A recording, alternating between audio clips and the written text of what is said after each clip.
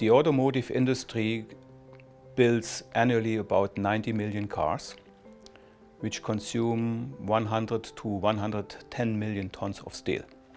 And part of that steel is alloyed with molybdenum. About 40,000 tons of molybdenum are consumed by the automotive industry. This is partly in long products, engineering steels that are mainly used in the powertrain and for body and chassis parts.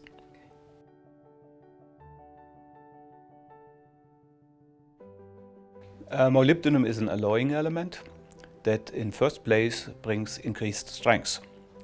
And that's what it is all about in modern car making: increase the strength and therefore reduce the thickness and thus the weight of a component. So lightweighting is still one of the most important issues in modern car making. Lightweighting is a means of reducing the mass of the car in order to save fuel consumption. If we reduce the weight of a car by about 100 kilos, we save between half a liter to 0.8 liters of gasoline per 100 kilometers. So that's a substantial contribution of lowering also the CO2 emission of a vehicle. In second place, lightweighting means that the kinetic energy of a car at a given speed is lower, and that has as a consequence that the impact energy in a crash case is also reduced. Optimized steels allow more efficient manufacturing. Talking here about stamping, that means forming the part, and also welding.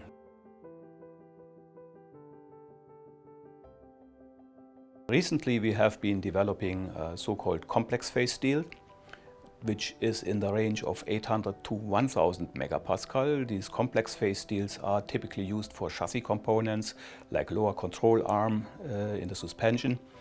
And what we need here is strength to essentially reduce the weight of that component. And secondly, it needs to have certain forming characteristics, which are known under the name hole expansion ratio. And this is a big challenge, to have this sort of strength level and a high hole expansion ratio. By using a molybdenum-alloyed steel with a low carbon content, we could manage to get this combination in the 800 to 1000 megapascal range, and this steel is already being used by some major car makers for this very part. And the challenge now is to further upgrade this steel to the 1000 to 1200 megapascal range.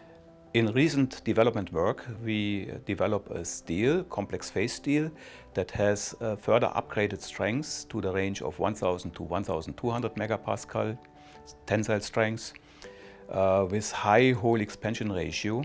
That means good formability for chassis parts and so on.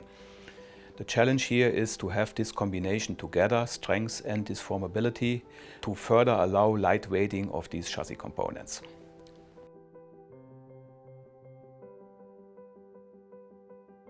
One of the most recent developments is the development of a so-called super HSLA steels. By sound understanding of metallurgy and the way how certain alloying elements work, amongst them molybdenum, we designed a new upgraded family of HSLA steels, cold-rolled annealed, that reach much higher strengths than the traditional ones that are standardized and typically used by the car makers.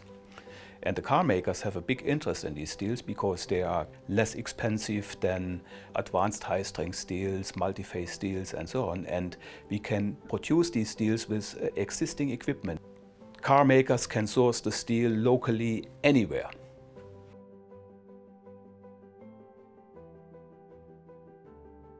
The advent of electric vehicles certainly doesn't mean that molybdenum alloying disappears from these steels used by these cars. We still need to do lightweighting. It remains to be a top priority. Electric vehicles compared to ICE vehicles, internal combustion engine vehicles, have an electric powertrain. Combustion engine, gearbox, shafts and drives and so on are absent in an electric car. These components are likely containing molybdenum. So in that sense, molybdenum would lose some of its potential in a car.